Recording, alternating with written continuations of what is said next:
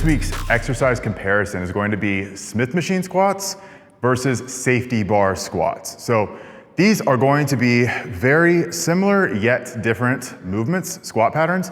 And I like to highlight them because most people think of Smith squats as inherently quad dominant, and a safety bar squat is going to be a bit more inherently quad dominant as well because of the load displacement. So Smith squat, I'm gonna go ahead and perform first. So the idea here being that you're going to get under the bar, it's on its track. So the foot placement is going to be incredibly important with a Smith squat.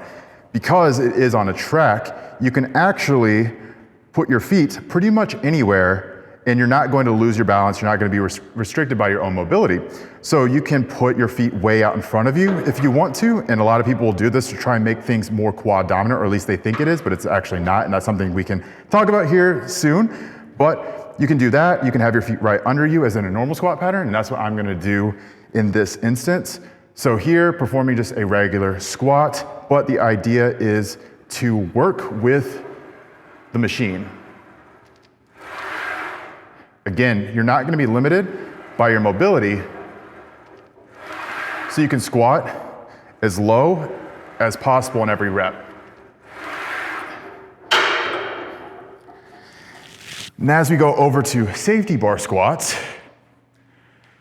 we are obviously not going to be on a track here. This is gonna be a free weight movement. So what I just said about not being restricted by your mobility with the Smith machine squats, that is actually not going to apply with safety bar squats. So because of that, what we have is we have the handles on the bar that allow us to manipulate the load just a little bit. So if you pull down on the handles here, you're actually going to be shifting where the load is displaced relative to your center of gravity.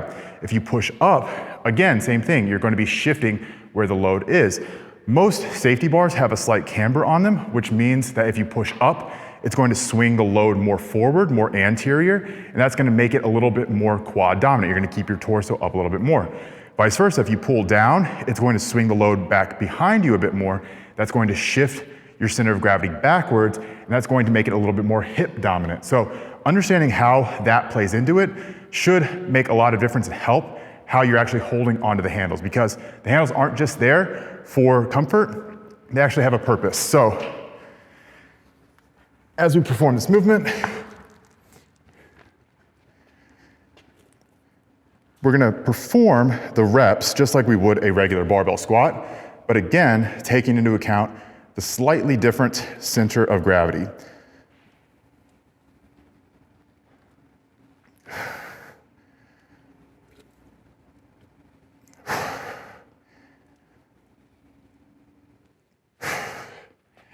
And with these, on that demo, I actually was purposely not pulling or pushing the handles up, but I definitely could have. So I could have pushed them up and made it more quad dominant. I could have pulled them down, made it more hip dominant. Similar to what we were just doing with the Smith machine, where I said you can actually change your foot position depending on what you want to do. If you want to make it more glute or hip dominant, you can take a more wide and more forward stance that is going to emphasize more hip flexion but less knee flexion. Vice versa, if you want to get more quad bias with the Smith squat, you can bring your feet more narrow, you can bring them more under you and emphasize more knee flexion at the bottom with a full range of motion. So interesting how these parallels apply to seemingly pretty different squat patterns, but safety bar squats, Smith machine squats, both really, really, really useful movements to put in your programming. Just understand where and why they go in.